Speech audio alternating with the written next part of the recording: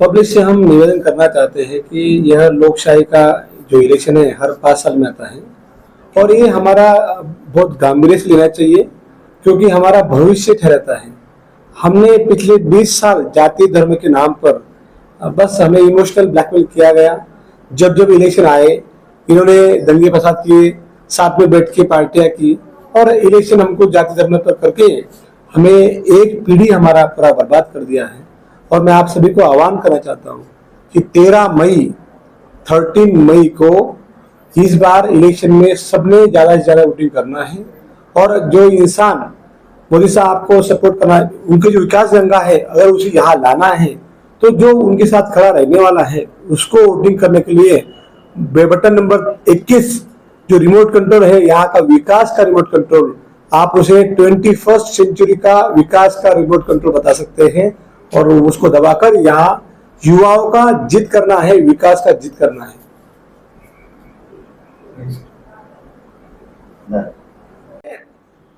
एक simple line बोलता हूँ, विकास से सब लोगों का निस्वार्थ होना चाहिए। हम खुद का विकास करना चाहते हैं या लोगों का विकास करना चाहते हैं। आज मैं पढ़ा लिखकर सब लोग बोलते हैं अरे डॉक्टर इतना अच्छा है, क्यों पढ़ा हुआ भाई?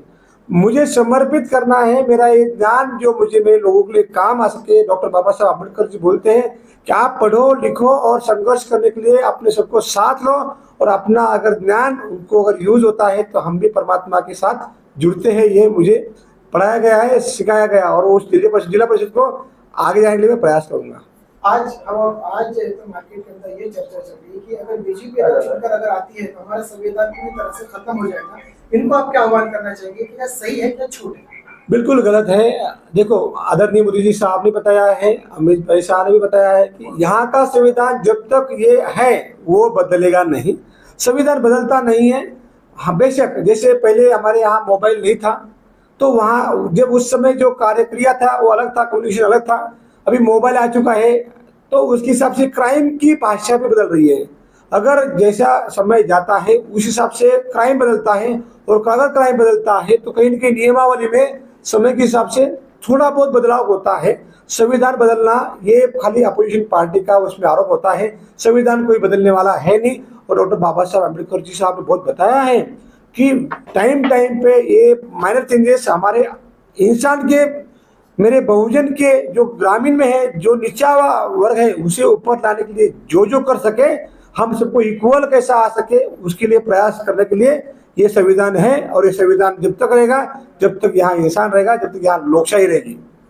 औरंगाबाद में ये भी चर्चा चालू है कि जो पढ़ा लिखा इंसान इम्तियाज जलील के बाद आपका नाम आता है। आप जब चुनकर आएंगे तो हम जैसे यंग जनरेशन जो यहाँ पर पढ़ाई के लिए स्ट्रगल कर रहे हैं, जिनको कुछ कारण की वजह से औरंगाबाद छोड़ के पूरा जाना पड़ता है, तो ऐसे जो जवान बच्चे हैं जो पढ़ना चाहते हैं उनको आपकी तरफ से क्या सुविधा मिलेगी? मैं आपको बताना चाहता हूँ, मैं एक मेरे खुद के तौर पर लेवल पर यहाँ एक 50 बेड का हॉस्टल किया है, फ्री ऑफ कॉस्ट है। जो मैंने सहा 10 बाय 10 के रूम में हम 7 बच्चे थे, खुद खाना करना था। आज 50 बच्चे मैं कर रहा हूँ, पर अगर गवर्नमेंट में आता हूँ तो हर तालुका के लिए यहाँ एक हॉस्टल रहेगा जो एमपीएससी यूपीएससी का जो एस्पिरेंट के लिए काम करेगा। और यहाँ पर होने वाला मेडिकल और इंजीनियरिंग मैं आज भी करता हूँ। एक हर साल एक गरीब मेडिकल का बच्चा उसे मैं फ्री ऑफ कॉस्ट एजुकेशन देता हूँ। तो मैं जानता हूँ उसकी शिक्षा का महत्व क्या है और उसमें आने वाली परेशानियाँ क्या है। आपको बताना चाहता हूँ यहाँ पर जो विद्यार्थियों को अच्छा एजुकेशन मिलता है, IIT IIM, उसके लिए यहाँ IIT लाना, IIM लाना, अच्छी यूनिवर्सिटी लाना, एम्स हॉस्पिटल लाना, बड़े कॉलेज यहाँ पर लाना, उनकी शिक्षा यहाँ पर हो और शिक्षा होने के बाद में उनको जॉब के लिए बाहर जाना ना पड़े, उसके लिए यहाँ पर इंडस्ट्री लाना बहुत जरूरी रहेगा। और जो मेरे भाई हैं जिसको वहाँ पर कहीं ना कहीं कम मार्क मिलते हैं उनके लिए लघु उद्योग जैसे कि ट्रेनिंग रहती है उसके लिए बढ़ावा देना। हर महीने में हम कम से कम 1,500 से 2,000 युवाओं को उस सही डायरेक्शन में जाने के लिए प्रयास कर सकते हैं और ये आसान है, बिल्कुल आसान है। एक आखिरी सवाल ये है कि आप तो औरंगाबाद के पब्लिक को क्या निवेदन और क्या जैसा वो करेंगे कि हमें वोट दें? बिल्कुल हम बताना चाहते हैं कि आप इस बार जाति धर्म के नाम पर वोट देना बंद कर दीजिए। वैसे भी हमने अभी तक किया नहीं है, यहाँ से आगे इस बार अब करने वाले नहीं है। और ये अभी इलेक्शन जैसे जैसे पास में आएगा कोई ना कोई दंगा फसाद या कोई ना कोई जाति धर्म पे वोटिंग के लिए आपको अंदर से फोर्स किया जाएगा, कुछ लालच दिया जाएगा। रोजगार हमें भी अपने पास है, मंत्री जी भी है, तो टेम्पररी आपको रोजगार हम ही दे सकते हैं उनके। तो ये टेम्पररी नहीं रह सकते, परमानेंट सोचो, परमानेंट सोचो जहाँ युवा का भविष्य रहेगा। मेरी माता भगिनी रहेगी, जो युवा है उन्होंने ठान लिया है, और जो मेरी माता भगिनी है वो भी अपने बच्चों का भविष्य जानती हैं। जो उनका भविष्य उज्जवल कर सके, ऐसे जीवन जी सके, ऐसे जीवन को अगर वोटिंग करना है तो आपको 21 नंबर, ये 21st सेंचुरी का 21 नंबर है, और ये रिमोट कंट्रोल विकास का है, इसको दबाना है। और हम सबके हाथ में ये विकास का रिमोट रहेगा। ये मेरा विकास नहीं है, ये मेरी लड़ाई नहीं है, हम सबकी है। यहाँ समय बहुत कम है, कम समय में मैं आप सभी को, यहाँ पर डॉक्टर्स बोलेंगे कि हमको बताया नहीं, यहाँ बहुत सारे लोग बोलेंगे यार ये तो हमारे दोस्त से बताया नहीं, उतना समय नहीं है। आप सबने ये लड़ाई को लड़ना है, हर किसी ने 10, 20, 30, 100 लोगों को आगे लेके जाना है, और इस लड़ाई को आसानी से लड़ना है बस। आपका नाम और आपकी निशानी और कितना नंबर का बटन है? मेरा नाम डॉक्टर जीवन राजपूत है, मैं न्यूरोसर्जन हूँ, वकील हूँ, और मेरी निशानी है रिमोट टीवी का रिमोट कंट्रोल, और उसका नंबर है आगे 21, जो कि सेकंड बीच पे आएगा। 21 नंबर देखना है, डॉक्टर जीवन राजपूत देखना है, और टीवी का रिमोट कंट्रोल देखकर दबाना है। Thank you. आने वाले दिनों में आपका कॉर्पोरेशन किस तरह का है?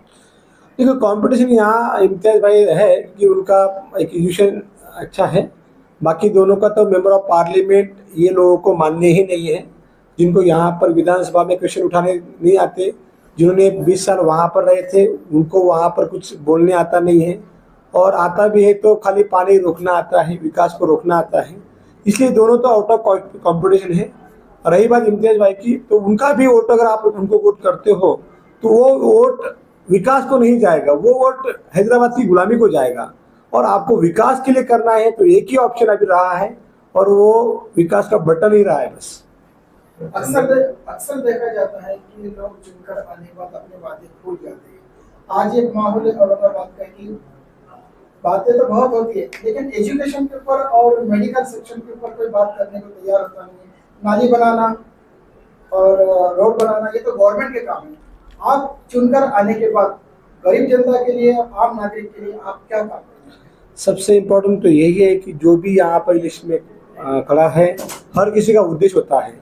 बाकी लोगों का पैसा कमाना, वो नाली रास्ते में से कुछ टक्केवारी लेना है, और मेरा उद्देश्य है कि मेरे भाई जैसा मैं ग्रामीण से आता हूँ, कोई भी स्कूल यहाँ पर बंद होना नहीं चाहिए। यहाँ का मनपा का जो स्कूल का जो स्टैंडर्ड है, जैसा दिल्ली में होता है वैसी यहाँ पर स्कूल अगर होती है तो मेरे आने वाली भविष्य की पीढ़ी यहाँ पर बदल सकती है। और जो भी यहाँ पर IIT IIM रहेगा और एम्स हॉस्पिटल रहेंगे, जैसे मेरे युवाओं को यहाँ पर शिक्षा मिलेगी, और युवा यहाँ से जो छोड़ के जा रहे हैं, जो मुंबई, पुणे, हैदराबाद जा रहे हैं, उन्हें यहाँ पर अपने माता पिताजी के साथ रहकर यहाँ पर कमाई का सोर्स यहाँ हो सके, रोजगार हो सके। मेरी यहाँ बहनों के लिए इतना बड़ा पूरा शहर है, एक लैट्रिन तक नहीं है, एक सीधी बस नहीं है, यहाँ पर सेफ्टी नहीं है, ये छोटे छोटे जो व्यवसाय है उसके लिए यहाँ सुविधा नहीं है। यहाँ देखते हुए ऐसा होता है कि हम रहते कहाँ रह रहे हैं। जो शहर 1996 में एक पूरा एशिया में फास्टेस्ट ग्रोइंग शहर माना जाता था, आज वो कहीं ना कहीं बहुत पीछे रह चुका है। इसलिए हमें बहुत ज़्यादा स्पीड से बुलेट ट्रेन अगर मोदी साहब की जाती है तो उसका यहाँ का ड्राइवर भी वैसे जाना चाहिए, और वो उनकी डायरेक्शन की जो स्पीड है, स्पीड और डायरेक्शन साथ में चाहिए। अगर अलग डायरेक्शन में गया हैदराबाद तो कुछ विकास यहाँ हो नहीं पाएगा। अक्सर देखा जाता है सर कि गरीब आदमी को आज हॉस्पिटल तो हर किसी पे लगा हुआ है, लेकिन महानगर पालिका के जितने भी हॉस्पिटल्स है उसमें वो सुविधा नहीं मिलती जो सुविधा आपके हॉस्पिटल में मिलती है। बिल्कुल। तो वो लोग आपका हॉस्पिटल अफोर्ड नहीं कर पाते, ऐसे लोगों के लिए आप क्या करते हैं? आपको मैं बताना चाहता हूँ कि ये शहर के हॉस्पिटल के सभी डॉक्टर, मैं भी हूँ, सभी डॉक्टर, ग्रामीण के भी डॉक्टर, हमने कोविड में इतना अच्छा समर्पण दिया था, निस्वार्थ काम किया था। हमारी यहाँ की डॉक्टरों की छवि महाराष्ट्र में नहीं पूरे भारतवर्ष में उसका नाम लिया गया था, और उसी को नज़रअंदाज नहीं कर सकते हैं। उसके लिए हम लोग यहाँ पर मेडिकल टूरिज्म का बड़ा सेक्टर बना सकते हैं। साथ ही साथ में जो गवर्नमेंट यहाँ पर कॉलेज है और म्यूनसिपल कॉर्पोरेशन की जो भी हॉस्पिटल्स हैं, और एम्स जैसे यहाँ पर आना चाहिए। मैं एक डॉक्टर हूँ, मुझे वहाँ का प्रश्न पता है, उसका डायग्नोसिस भी पता है, उसका ट्रीटमेंट एक डॉक्टर ही कर पाएगा। बाकी जब लोग आएगा तो वहाँ बिल्डिंग बांधेंगे, कुछ इंस्ट्रूमेंट ला के रखेंगे, उसका इस्तेमाल कैसे करना, लोगों के लिए मदद कैसे करना, उनकी भावना वो नहीं देंगी। मेरी भावना सेवा के लिए है और सेवा के लिए मैं समर्पित हूँ।